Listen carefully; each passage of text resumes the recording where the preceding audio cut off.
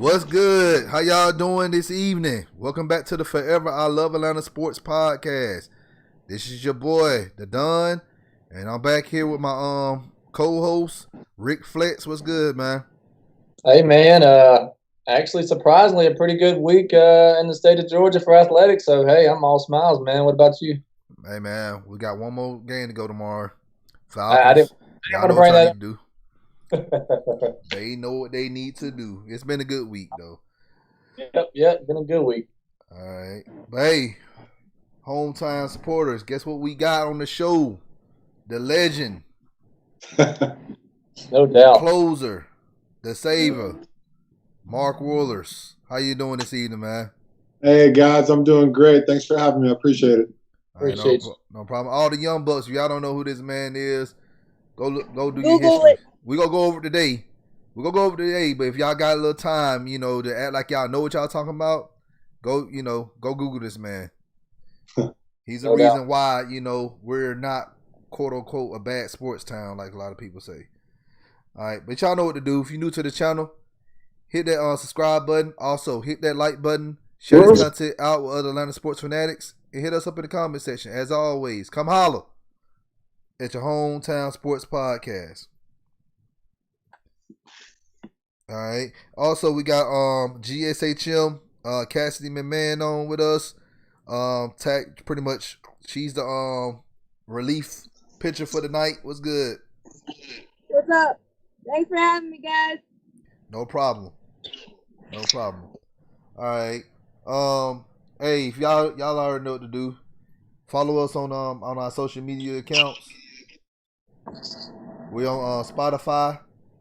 We also on Apple Podcasts. Follow us on Twitter, FILA_SP.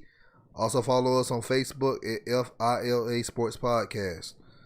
Let's go ahead and get into the news for the day. Let's see. That's wrong. Give me a second. Just had everything pulled up. All right.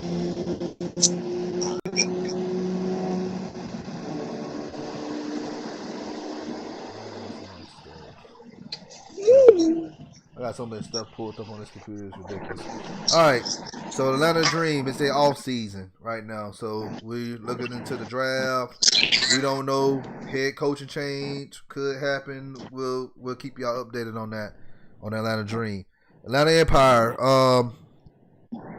Their 2021 schedule had just been released. In case y'all don't know who the Atlanta Empire is, that is the women's football league, the X League. April 17th, they play Chicago. June 26th, they'll be in Los Angeles. July 9th, they'll be their first home game in Duluth. They'll play Omaha. And then they'll be at home again on July 23rd versus Los Angeles. And then the playoff starts August 28th. So they play 4 games. And I think they got to win, at least 3 games to get on the playoffs. So I got to talk to somebody, bring somebody on to explain that to me. Because 4 games, I'm trying to figure out how that's going to work. What happened in college, Rick? Yeah, so as we were talking earlier, man, it was so far a good, week of sports for Georgia fans. Southern got a nice win. They defeated Louisiana Monroe 35-30, and that was carried by J.D. King, who had 196 rushing yards and a TD. So he definitely put the team on his back, and they rode him all the way. We kind of predicted that, high-scoring game. So that was good. Georgia Tech had a bye week. As we talked last week, it was much needed as they have Louisville coming to town. I know Louisville record doesn't really show, but it's going to be a tougher matchup than I think most expect. Georgia State had a good solid win after a couple tough losses to some really good teams. They should have honestly pulled out. They did pull away and defeated ECU 49-29. So that was, a solid win. But the one that everybody wants to talk about is last night's total domination of the Bulldogs over Auburn. They allowed only 216 yards of total. Hey, buddy. A little bit wants to say, hey, they only allowed. Man. I know, 216 yards and only 39 rushing yards, which I mean, is kind of astounding. I mean, I was expecting a really close game. But Y'all Georgia, were. yeah. I mean, we all saw our picks, 7 points maybe. But Georgia definitely inserted their will and ran away the game and kind of showed why they're a top five team. But we're gonna have a tough test on our hands coming up. They got Tennessee coming to town. I'm pretty sure they had more than 25% capacity, but I'll save that for another night. So that was a good, solid week, Georgia, as far as bouncing back after that slow start versus Arkansas. And as most of you can see, they probably have found their quarterback Stetson Bennett. So I wouldn't really jump on that JT hype train. Yeah, that's about it. All right. So right now, the Hawks. Let's talk about the Hawks real quick. Hawks, they have interest. There's been reported they have interest in the Denver Nuggets forward Jeremiah Grant. They ended their Yep. yeah. They ended a mini camp earlier. They ended it this past Thursday. The team also hired former Spurs Landry Fields as an assistant GM, and then today they revealed their new 2020-21 City editions jerseys honoring the late Martin Luther King Jr. I looked at those jerseys, man. Those jerseys look hard. I gotta buy me one of those, man. Yeah, that's I gotta get me one. Yeah. Yesterday, Atlanta United, they pretty much pulverized DC United 4-0. So they've been looking good lately towards the end of this season. So hey, I'm looking forward to more wins. It's a good weekend. Exactly. The Falcons, they don't have a game today, so hey. That was a good weekend. Yeah, no stress at all. They play tomorrow though. They play them tomorrow night at Green Bay at Lambeau Field. They moved their start time to 8:50 because the Chiefs and Patriots are going to play tomorrow because of the COVID-19 fiasco they had. Injury report. Keanu Neal, Ricardo Allen, Tat McKinley, and Young Wei Koo are out. Julio and Ridley are questionable. They should be able to suit up and play. Yeah. So let's just hope that. All right, and what about the Braves, man? Yeah, so I mean, everybody kind of knows, obviously, the outcome. So we got out of that first round, so we were super stoked, super excited. It's been 19 years, been a long time coming, so very happy to see that. And then we get today's news, which, of course, we're all like, really? They announced the start times and the TV network. So the Tuesday, pretty much every game is going to be at 2:08, guys. Besides an if needed game on Saturday, it'll be at 4:08. But yeah, Tuesday we're going to kick it off on FS1. The first two games will be the home team, and obviously if the fifth game is necessary, we'll be home as well. But one little bugaboo was, Wednesday's game 2:08 on MLB TV. I'm not a big fan of that. That's just me personally. Not a big fan of the 2 o'clock starts. I mean, I get the East Coast, West Coast, Padres, Dodgers. I know it looks sexier and all that, but I'm an Atlanta fan. I'm a Braves fan. I want to come on, get off work, and I'll watch my Braves play at 7 o'clock like I used to for all those years on TBS. Amen. So, yeah, but they went ahead and announced the starters. No surprises. They're going to go with Max game one. Obviously, Mad Max going to get out there, do his thing. Roddy and Henderson, he's been a beast in game two. And then we get to see, Kyle Wright make that first playoff start and kind of see what he's got to offer. So that's what's coming up. I'm excited. I know Mark's excited. Cassidy's excited. If you're a Braves fan, you're excited. So it's going to be a long, I don't know how many hours it is until 2:08 that day. It's going to be a long day and a half. Hey, Cassidy, what you think about the pitching rotation? I'm really, really excited. It'll be interesting because it's division on division and there's no secrets. It'll be interesting to see if Max changes his regular going inside all the time because the Marlins kind of got him the last two for the only 2 solo homers. So he might change his pattern the first time through the order, but I expect Mad Max to be maximum free pretty much. All right. And Ian Anderson, he's absolutely incredible. And Kyle Wright, that'll be definitely very interesting to see if he can keep the nerves in check and just keep doing what he's doing. But I'm really confident in what we have. The 1, 2, 3. All right. Well, I'm gonna be a devil's advocate. I would have switched Ian to game 3 and put Kyle at game 2. That's just my opinion. Like, you always want to put your ace at first game 1, and then you put your second. Normally, this was the Braves did back in the day when they made the playoffs stuff. When they had Glavin Smokes, Maddox, and then we had Millwood as well. They always had, Glavin start game 1, and then the other pitcher pitch game 3, and then they had Millwood at game 2. I get that, but again, it's division on division. There's no secrets, so that everybody knows everybody. It's just who performs better, who executes. So I don't think it really matters. We know all the players, and we've been through the wars, so we'll see. But I get what you're saying, though. All right. Look, what do you think, Mark? I'm sorry? She said, what do you think about the rotation?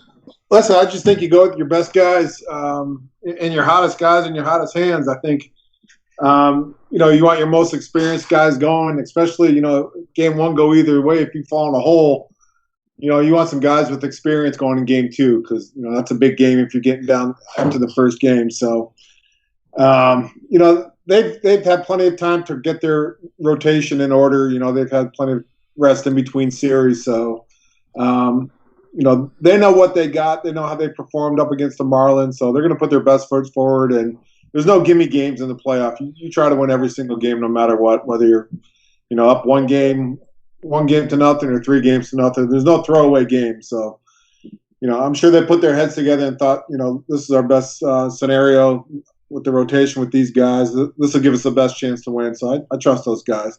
I'm just completely surprised. I didn't realize that it's been 19 years since they won a playoff series. With all the success that's happened in Atlanta baseball over the years, it's just surprising that it's been so long. So it's kind of neat to see. The team's coming together pretty well. Yeah, it's been a long time. But look, it's been 19 years as well since we made it to the NLCS.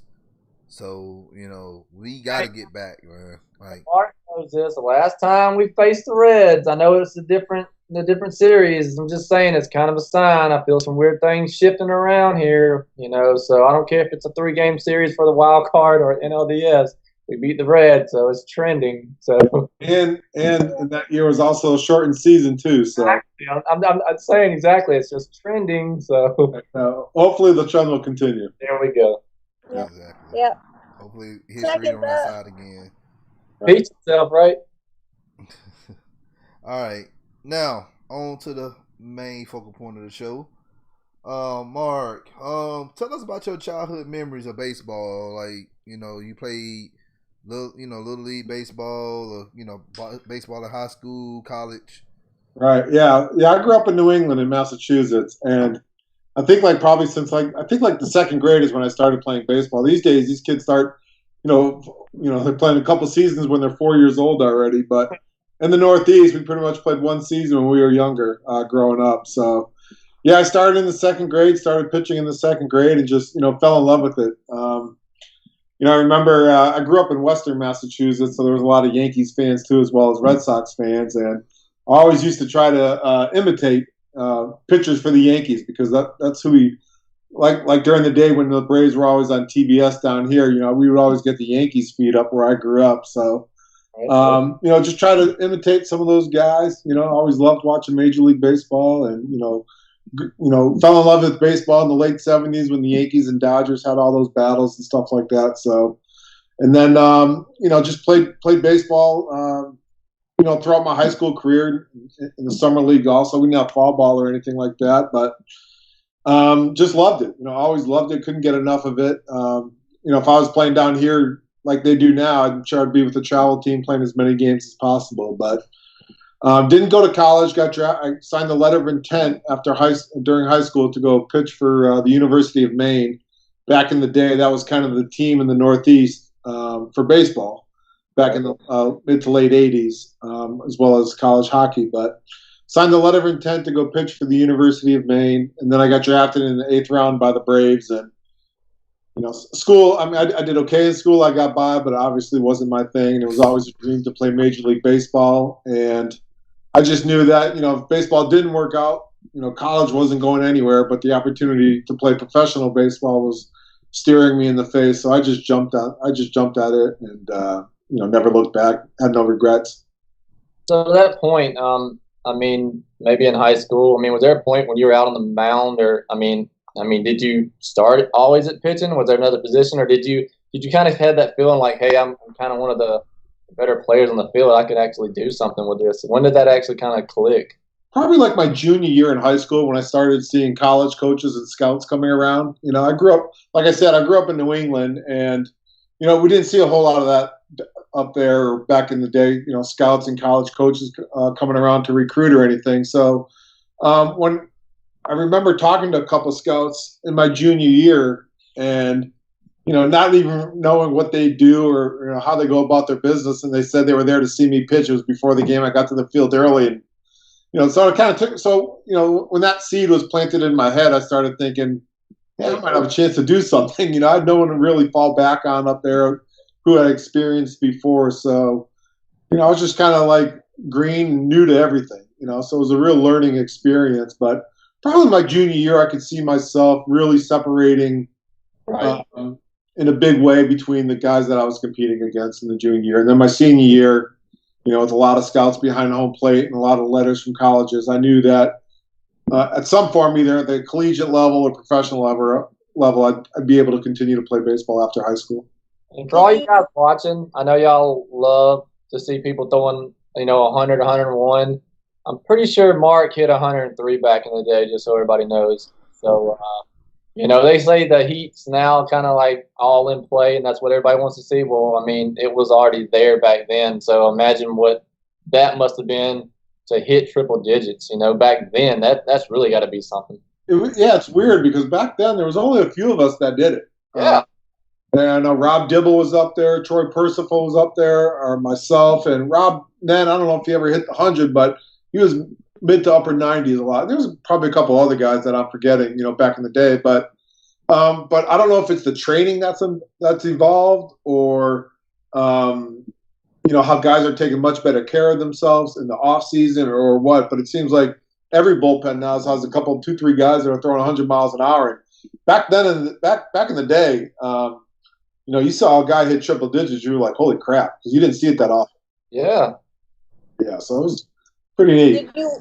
Did you lift weights or anything, or was it a whole lot? I lifted in the off season, getting ready for spring training. I played basketball a lot, which we weren't supposed to do, just for cardio purposes. And then I lifted a lot lower body, legs and stuff, but never really upper body at all. So we would lift like maybe 3 or 5 pounds weights to do shoulder exercises, but I never like laid down on a bench and I don't even know how to describe it. I still don't lift her. Yeah, I've never done any of that. So guys are doing it all. The training's much different now, and the technology and the advances guys have made in the weight room are probably why guys are throwing a lot harder today, and probably why there's a lot more injuries today too. I would think. Yeah. And I remember back then a lot of people was on the juice and everything, but I don't think it was none of the Braves players was on that stuff, because I already know. Like Bobby Cox, he ain't play that mess. And, looking at how you was back then, you wasn't like built muscular, like you wasn't like a Jose Canseco or none of those other guys. Like you was, like lean cut, natural, type of. I just turned 50 years old today, and I think you're the first person that ever has called me lean or cut. No, but I know what you're saying.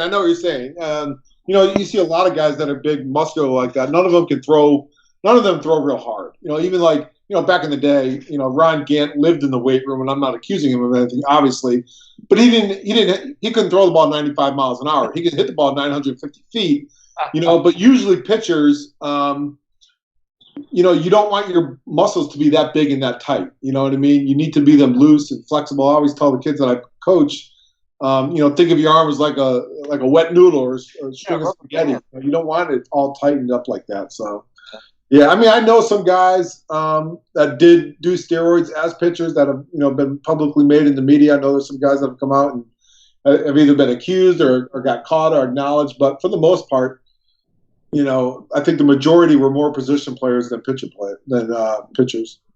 Right. All right. So you say you got drafted in '88, and you made your debut with the Braves in '91. Tell us about that '91 season, because we all remember that season. Yeah, it was crazy. I wasn't born yet, but I've seen the highlights in YouTube videos. But yeah.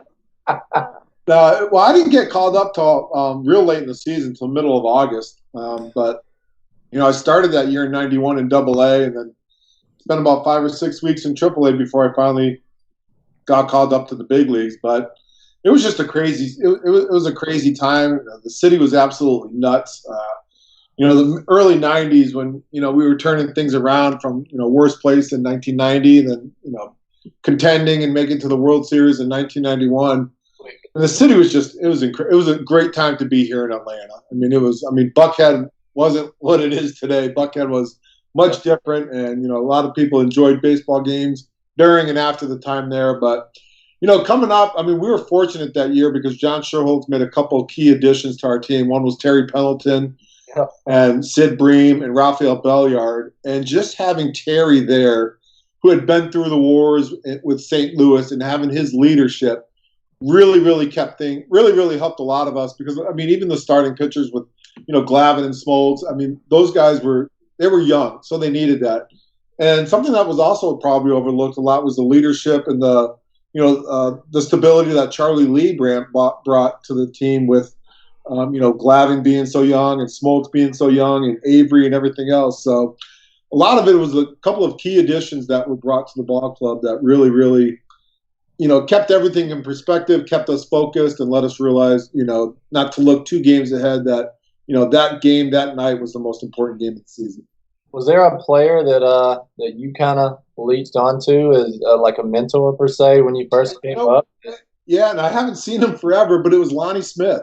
Yeah, okay. Lonnie was, I don't know what it was, because usually pitchers hang with pitchers and help each other out, but Lonnie took a liking to me and kind of took me under his wing a little bit, and going to different cities, told me where the clubhouse was and how to get into it and how to act like a professional. Lonnie had a great long career, and it's something I was always grateful for. And I don't see him around at reunions or anything, so it's unfortunate I haven't seen him at the ballpark. But Lonnie was that guy for me when I was a rookie, my first year in the big leagues, that kind of looked after me and told me the right things to do and the wrong, what not to do. So I'm very grateful for Lonnie.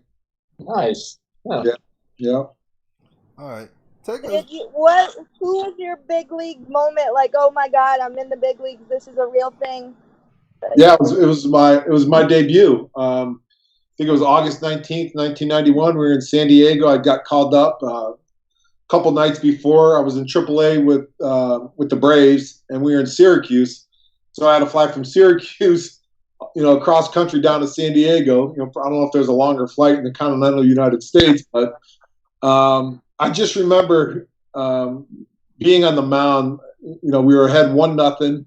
Bobby Cox brought me in with 2 outs, and I think a man on second and third in runner position. So, man, they had a too. Yeah, threw me right into the fire. Which because it turned out well, it was great. Had I blown a save or something like that, I might not be saying the same thing. But yeah. I remember tying my shoe and thinking, I'm not sure, like this is when I was on the mound, I'm not sure if I'm going to be able to complete this because I was shaking so much. And I'll go back and look at the, I don't have the tape now, but I remember watching my debut and I could see myself shake. And I remember thinking when I'm on the mound, if I don't finish tying my shoe, they're going to think I'm just a complete idiot, so nervous because it's something, something you dream about since I was 6 or 7 years old, and now you're living it. So I was thankful I was able to get my shoe tied.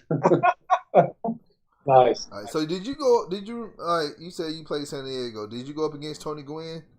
I did, yeah. Oof. That was one of the highlights of my career. It was actually after was probably I think it was probably 97 after I had some struggles and stuff like that.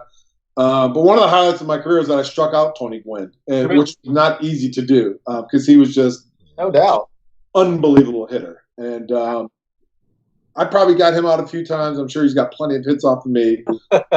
But he was just such a remarkable hitter, such great bat control.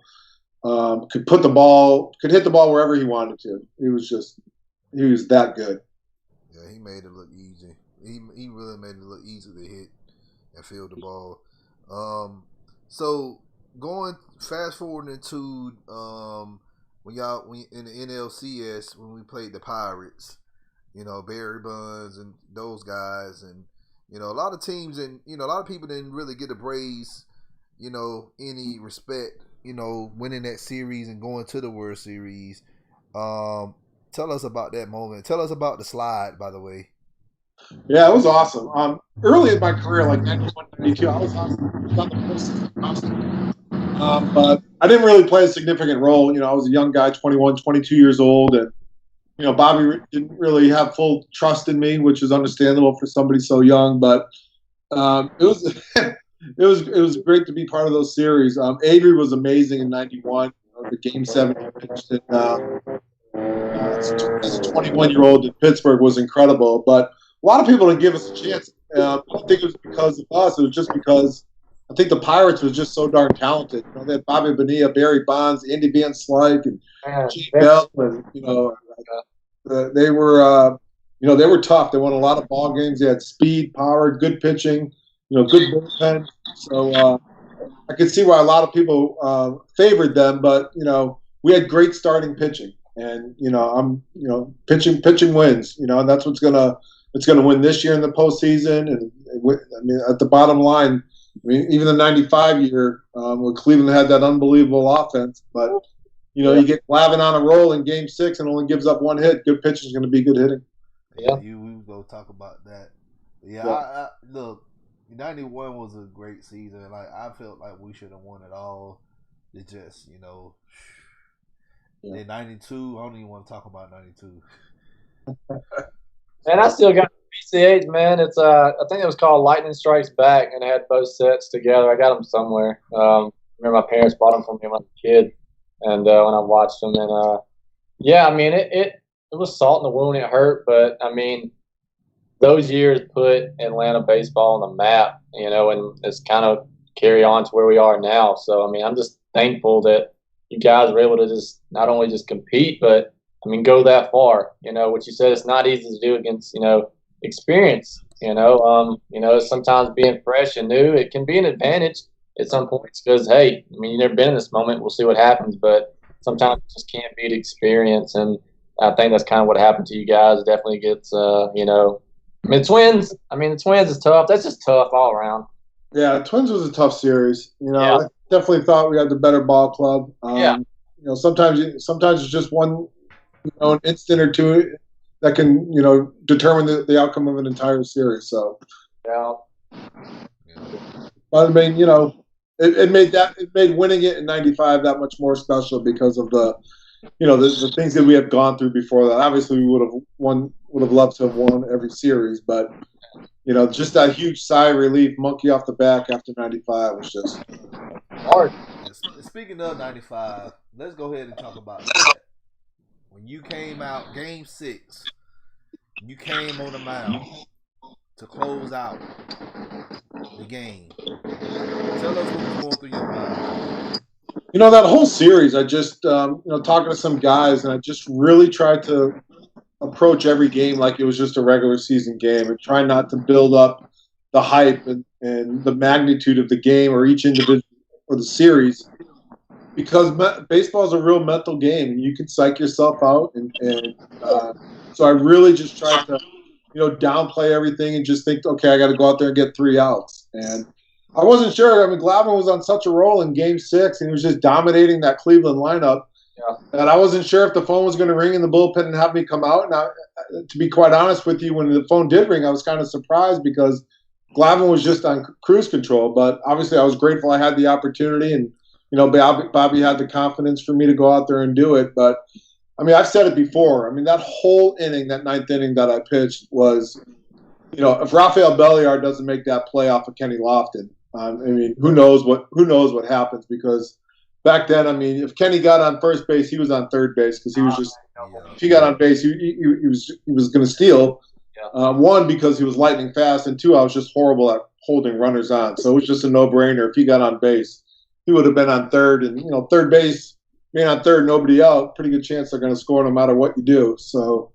I really think. I mean, and I know Rafael Belliard set that tone for the whole inning. And then after you get that first out, your confidence builds and builds. You certainly don't, take a sigh of relief or anything like that. But you're building momentum to get that last out. So that was a huge play. I know you people say that the ninth inning is the hardest 3 outs. As a closer, do you still believe that, even though you were in it every single time? I mean, how did you tell yourself that it's just another 3 outs when it's really not? Well, I mean, that's the whole mental part of the game you have to play with yourself on. And yeah, I mean, I really do believe it's the toughest 3 outs, because if you don't do well, your team doesn't have a chance to come back and win. Obviously, unless you're the home team, but you put your team behind the 8 ball if things don't go well.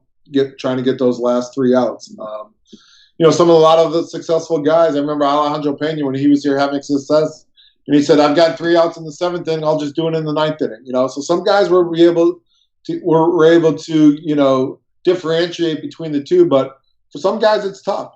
Especially when. For me personally, I felt a little bit more pressure because a lot of the games that I pitched in dictated whether the starting pitcher got a win or a loss. And I think it was the 97 season. I think I blew like 5 games for Greg Maddux. And that was a year he had won like 4 Cy Youngs in a row. And had I not blown 4 or 5 games for them, he would have had like 22 or 23 wins. So I really felt that pressure that I could have cost him another Cy Young award. And so when you're closing for a team with the caliber of starting pitcher that we had, that if things didn't go well, not only are you costing your team the victory, but those are some pretty significant stats that, those guys will someday take to Cooperstown. And, you try to feel like you want to help try to support them and not let them down. Did you ever really imagine that you'd be surrounded by, that many Hall of Famers? I mean, as a Braves fan, I still sit back and think, man, how many Hall of Famers I got to sit back and watch. Not many teams can say that at the same time. It's just so special. Yeah, it really is. And then the Hall of Fame manager, Hall of Fame GM, Chipper, Smoltz, Glavine, Maddux. It's incredible. And there's some guys that, in consideration, that should probably get the nod, like Andrew Jones. There's nobody that covered center field like Andrew. No. And 13, 14. Put up the power numbers as well. And, I mean, trust me, I played with other center fielders before, some really good center fielders. Andrew was just on a different level compared to everyone else. I mean, to your testament, you play with Fred McGriff, he should be in there. To me as well. How do you keep Crime Dog out? I know it. It's crazy. Yeah. So I remember going back to 95 Game 6, because I lived a half a block away from Fulton County Stadium, Turner Field. That's where I grew up. I grew up in that neighborhood, and I used to go to a lot of Braves all the time. I used to go to a lot of Braves games all the time. See y'all get on the bus and get to y'all vehicles. I used to do all that. I remember in the living room because we was watching it, like before the last out, and like my granddad, rest his soul, he said, "Oh, Wohlers, he got this. Oh, we about to have a championship here in the city." And I'm like, at the time I was what, 7 going on 8 at the time. Right. And I can remember like it was yesterday. Caught the out. We ran up the street, fireworks. Everybody on Capitol Avenue. Back then it was called Capitol Avenue. They changed to Hank Aaron. Everybody was Capitol Avenue, just having a good time, just soaking it in. Yep. Like, man, like that was the greatest feeling that I still remember that to this day. I remember us bringing the championship, and I tell people, man, Mark Wohlers, because we only had one run. People don't understand that. Like, we could have easily lost that game and forced the game. The Indians could have forced the Game 7, and know what could have happened in Game 7. But I said it like this here, yeah, Glavine, I'm not gonna laugh, but Maddox did good that game, but Wohlers he sealed the deal. He saved us and he gave us our world championship here in Atlanta. I remember sitting on the couch watching my parents, and that's the first time I see my mom cry. She's probably watching now. My mom cry over a baseball team, and I was like, that's when I knew how much this meant. You know, it was so invested. I mean, and Atlanta's a pretty forgiving city too, if you think about it. Care, and you know, you can see the raw emotion, and that's what I take away from it. And that's what I hope someday that my kids hopefully get to see, because it's so hard to get there. So for that, and my mom and dad to watch them, celebrate like that. Although they're probably jubilated to themselves, they're probably just as happy sit there with me to watch it. So that's just how much it meant to the entire fan base. So it's I mean, I know you'll never forget it. There's not a Braves fan alive that got to see that or forget that moment. So amazing night. And I wasn't alive, and I cherish it. Know that I wasn't alive, and I saw it on when the coronavirus. I watched all of the replays, and I saw all of the reactions, all of that stuff. And that's how I've become a Braves fan, based on the division runs and based on everything that's gone on. So thank you for what you've done for Atlanta Braves baseball, because we wouldn't have the championship without you. So, I appreciate it. It's certainly a team effort. Like I said, a lot of key things happened in that series for it to be possible. Obviously, Glavine doing what he did, and Justice with the controversy the day before, and then coming through with a huge home run. Rafael Belliard. So there's a lot of factors going to it. It's not like tennis or golf where it's a one-man show. It truly is a team sport. Mm-hmm. All right, and let's get to 96. A lot of people sit up here and blame and point fingers at that World Series, and my thing is, I remember games 1 and 2. We was dominant. Like game 1, we beat the Yankees 12-1, 12-1, and Braves we game 2 4-0, and then Yankees, they had out game 3, came home, and they had a way with us. Yep. And I really think game 3 was that was a turning point. People say game 4, I guess, when you came out there and tried to pitch and gave up some runs, but it's not a one person fault. You get what I'm saying? Well, no, but I also understand the other side of the argument. Because momentum plays a big thing in it. And that certainly, that particular pitch certainly was a big momentum swing in that series.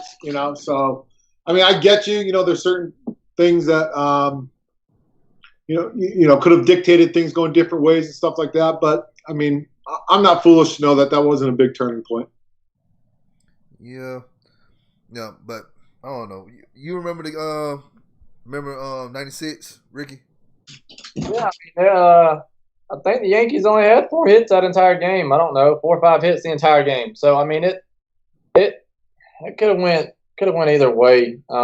In Game 5. I'm sorry, but I'm looking at Game 5. But I was thinking about that. Game 4, Game 5. They shut us out. Like, we couldn't get nothing in Game 5. It's a testament. Like, that one game, I get it's a game momentum, but I mean, good pitching, like you said. I'm not sure they rolled out there if it was Pettit maybe in Game 5, but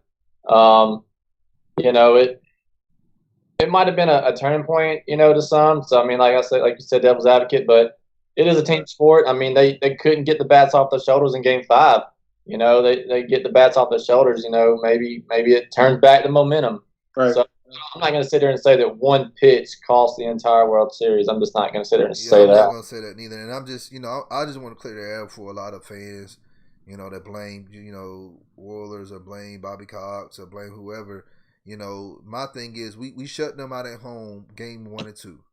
We came home Game 3 and we lost 5-2. Game 3 we should have had that in the bag. If we would have won Game 3, like, we could have dropped Game 4 and still had a chance to beat them Game 5 or 6. You see what I'm saying? Yeah. Like, it's people believe in a lot of curse and all this other stuff. Oh, we had the Olympics there that year, and that's why we didn't win.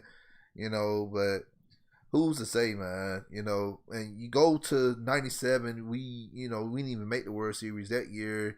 And '98, the Red Hot Padres, they beat us and made their World Series run. And then in '99, we finally made it back to the World Series. And that was our last appearance since then. So it's you can't sit there and just blame just one person. It's a team. You win as a team, you lose as a team. At the end of the day, I mean, obviously I never stood on a mound anywhere enough to make me scared enough to tie my shoes. I've never been under that much pressure. But if I'm up there and I know what my best pitch is, I'm going to go with it, and I'm going to ride or die with it. That's what I'm going to do, and that's what you should do. And that's what I think a lot of some of the young players, to what I'm watching sometimes when they struggle, is they get away from their strong pitch. You got to go with it. I understand you got to have a feel for it. But, if you're dominating with that fastball, if you can get it up and in, when Kyle Wright's dominant, he's working with that fastball, I just think that sometimes they get away from their strong suit. But you've got to ride with that best pitch you got. And Mark had a devastating slider. He played off the fastball. So I'm sure if he had to do it again, he wouldn't change the pitch. A lot of it is that, honestly, they talk about that slider, and I honestly think the pitch selection was good. I don't second guess the pitch selection. It's just I didn't execute it. It was a pitch that didn't slide. It was a hang. I think if I executed the pitch properly, the outcome might have been a little bit different. But in the big leagues, you make a mistake. Those guys, they don't let mistakes. That's what makes them big leaguers. They don't miss mistakes. Yeah. When you hang a slider, they show you what they're going to do with it. I mean, if it was easy, we'd all be doing it. Right. Exactly. It ain't easy. Trust me. I'm from one. No, I can't go out there and throw anything over 70 miles an hour. So. Look, man, when I got to college and I saw 96 the first time inside, I was like, all right, this is different, So, and then I think I topped out at 52, so I think I'm not gonna ever be anywhere close. But yeah, it's a tough game, and 60 feet 6 inches, man. It's both ways. A blink of an eye to make a decision. So I call it. I kind of go back and forth, but to me, hitting a baseball is probably the hardest thing in sports to do. Golf's hard too, don't get me wrong, but hitting a baseball that close, that much velocity coming at you, you literally have to be thinking, all right. And people, when they see those bad swings, they're like, what is he doing?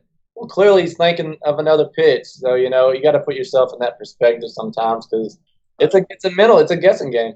Yeah, I heard somewhere where on a 90-mile-an-hour fastball, a hitter has 0.3 seconds to make up their mind whether they're going to swing or not. And that's on 90. And I've seen guys. Yeah. So you throwing 100, imagine, 0.1. Yeah, it's just a really, without a doubt, I'm a firm believer. I believe, I agree with what you said. You're trying to hit a round ball with a round bat. You're trying to hit it square. And if it's moving at 90 miles an hour, you have to do that in 0.3 seconds. Yeah, I can't think of anything harder to do in sports. I know golf's tough, but that ball's not moving. No, exactly. I'm with you. You hit it, but it's definitely. Hitting a baseball, I totally agree. That's the hardest thing to do in sports. Did you enjoy bat? I know a lot of the guys enjoyed hitting. Did you ever truly enjoy hitting or at all? I enjoyed batting practice. When we were home, we had the relievers were able to hit all the time when we were at home, and we would have games against the starters. Starters against relievers. For our group for hitting, and I did enjoy it, but I think throughout my career, I think I had 11 or 12 at bats, and I hated it. One, because it means I was pitching multiple innings, or two, it means that I blew the save the inning before. So I never really wanted to get at bats, and when I did, man, it was just 5 or 6 years removed from high school, facing major league hitting, not fun at all. Major league pitching, not fun at all. Did have one hit though, so that was. There you go. Okay. Yeah, that is good. All right. Well, tell us one about question about one question about the 2020 Braves versus the 95 Braves. Which bullpen would you take? I take the 95 because I'm in it. Oh yeah, anybody take the 95. Well, Yeah, like I but they're gonna have to, their whole staff is gonna have to pitch well, in order to continue to advance in the playoffs. And if they pitch like they did against Cincinnati, then we're on to the next round, right? You give up any runs, so it's going to be fun to watch. I mean, they got a little bit more experience than the Marlins, and hopefully that'll play in their favor. And to your testament, I mean, like, it's just so different. I mean, back then, the guys were just going so much deeper into ball games. Eight innings was nothing. We almost expected it, and I think nowadays we put a little bit more pressure on bullpens, and maybe per se back then, guys just they don't throw 100 pitches. They're not as efficient. So you're seeing bullpens come in the sixth inning now. I'm used to obviously seeing you come in the ninth, but the Braves bullpen didn't really get started up till maybe the eighth. A lot of games when you had a Maddox or a Glavine or an Avery those seasons. So it's just different, Well, now. because of all the technology that's built into the ball games and analytics, and you don't want to have a pitcher face a guy 3 times and stuff like that. I mean, if they would have tried to pull Maddox or Glavine or Avery or Smoltz out of those games back then in the 6th inning, you might have seen some punches being thrown in the dugout because those guys just never wanted to come out. They were that confident in themselves, and they knew that they had the ability to get a hitter out 3-4 times a ball game. So it's just a lot different with all the technology that drives me crazy that's come into the ball game. Oh, I know. I remember Tom Glavine, man. That man, I remember Cox had to pull him a few times. Glavine, like he wanted to body slam Cox. Yeah. I'll tell you what, man. Tommy's probably the most mentally tough player I've ever played with. He was, he was stubborn on the mound. He was confident, but he just never gave in. And he always believed that he was going to be successful. And no matter what, I remember we were at Shea Stadium playing against the Mets, and he had gone out there and give up 4 runs in the first inning. And he came in there and slammed his glove and told the offense, "You better score 5 runs because I'm not giving up any more runs. We're going to win this game." And so he was tough. And he never wanted to come out ever. That's why I was surprised in Game 6 he came out. I'm grateful and glad he did, but I think he did all he could do, and he did extremely well. Yep. All right. Tell us about life after baseball. What you been up to, after you hung it up? Yeah, well, I got 4 kids, so they keep me busy. I have a daughter that's getting her master's up at Notre Dame right now, so that's kind of cool. And then I have a senior in high school, a freshman.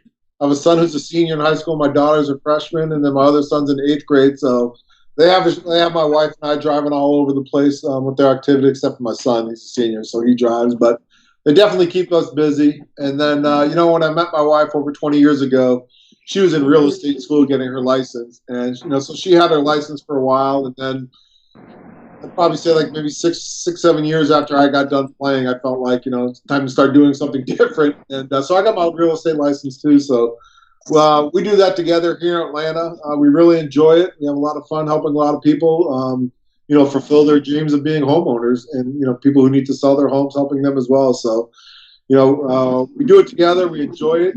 At first I thought it'd be great because it would provide a lot of flexibility in my schedule, and, you can kind of pick and choose, but doing it, it's really 24/7. You got to be there for your clients. And, I've taken phone calls at, 2-3 o'clock in the morning when they can't, they're tossing and turning because they need an answer. So it's definitely exciting. Keeps us busy. No 2 deals are the same. So something we really, really enjoy doing.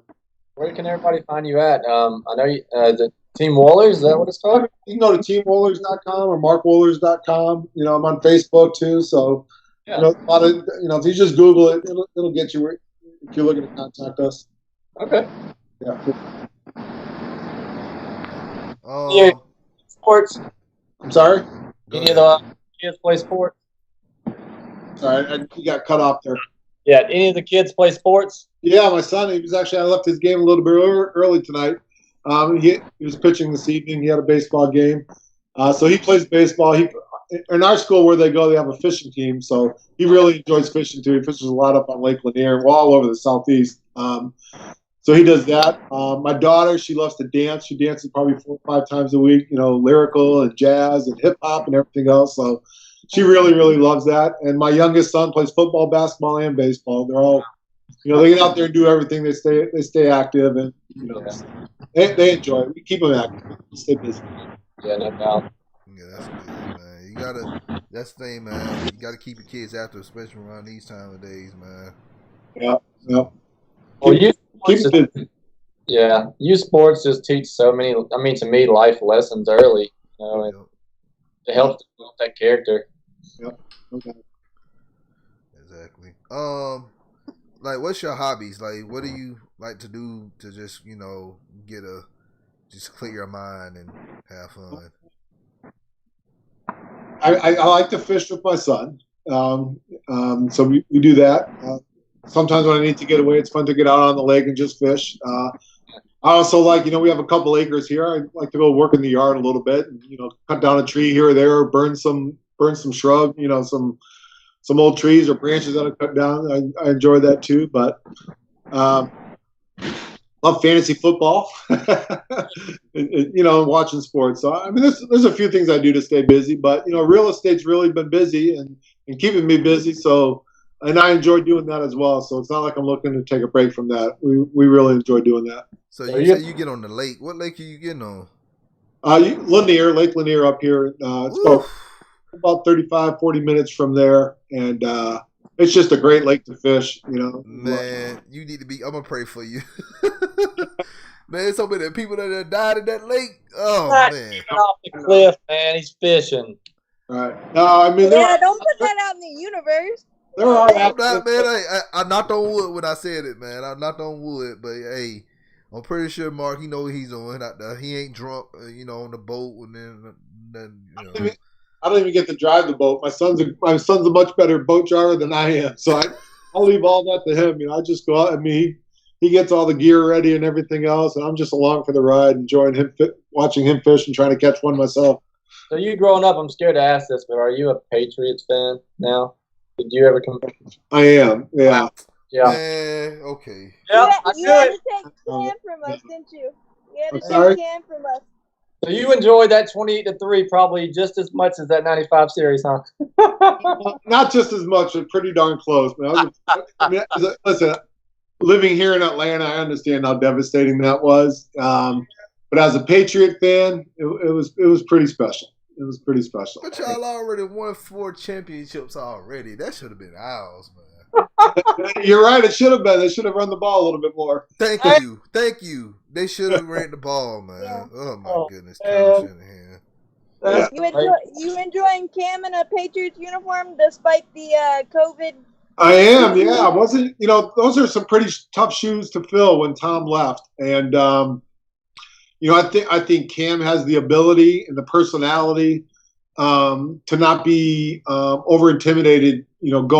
Stepping into that role. It's probably a good thing that whoever's the answer after Cam, has that. Whether it's that is it Jason Stidham, yeah, whoever. So it's good that Cam's in there filling in those shoes right now because those are some pretty big shoes to fill, and Cam certainly has not only the talent but the personality to probably handle it. Okay. So you from that New England area. So you still have you assimilated to the cuisine down here? Or you still like your New England ham child or your lobsters? No. I've actually lived here longer than I lived up there. I've been here since '93, and I'm 50 now, so I've been here for like 27 years. So I would almost consider myself a native now, but I still enjoy seafood a lot, but we do get barbecue a lot. My wife actually does most of the grilling and barbecuing and stuff, and she's obviously a great cook, and so we enjoy the food down here as well. Yeah, southern food is a little bit different. Yeah, get you diabetes and some high blood pressure, but it's well worth it, man. Yeah. All right, so. We talked about the Braves, current Braves. Who's your favorite player right now? It don't have to be a pitcher; it can be anybody. I really enjoy I've always enjoyed watching Jason Verlander pitch. What he's done in his career, the longevity has been pretty impressive. And then, I'm just, Mike Trout, watching him play every single day. Just two pretty impressive ball players that I think go about their business the right way. Obviously our center fielder is pretty fun to watch too. Nice. What you think about Ronald Acuna? Yeah, he's a tremendous talent. He's going to be probably one of those guys that's going to be the cornerstone for the organization for some time to come. So he's fun to watch. There's some things that I think that they try to do to make sure he plays the game correctly and keeps his head in the game all the time. But he'll be fine. He's going to put up a lot of big numbers for a long time. Are you fine with the let the kids play mantra, or would that rub you the wrong way if you were in this era? It probably rubbed us the wrong way a little bit. The whole bat flipping and all that other crap that goes in. That's just the way things are right now. I don't know if social media has a lot to do with it. They want to see themselves on YouTube or whatever. But yeah, it'd probably rub us the wrong way a little bit when just hit the ball and run. Yeah. See ball, hit ball, run.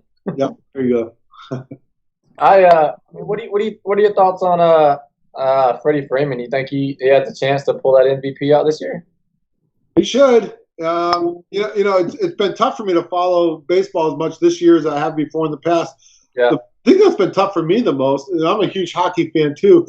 Oh. I always enjoy the playoffs and the hockey. It's tough to watch when fans aren't in the ballpark, And I think one thing through this whole COVID thing is I think people will realize, and not that they haven't before taken it for granted, but how special it is to have people in the stadium watching you play. I'm about to say it'd be probably hard to get juiced up out there on the mound if you're just silent crickets. I don't know how they do it. Yeah. I don't know how they do it because you definitely – I've played in ballparks and big games. You get 2 strikes on a hitter. Everybody rises to their feet. That adrenaline can get you over the top a little bit. And I don't know if those cardboard fixtures would do it for me. You could just win and see them wave to the wave, maybe.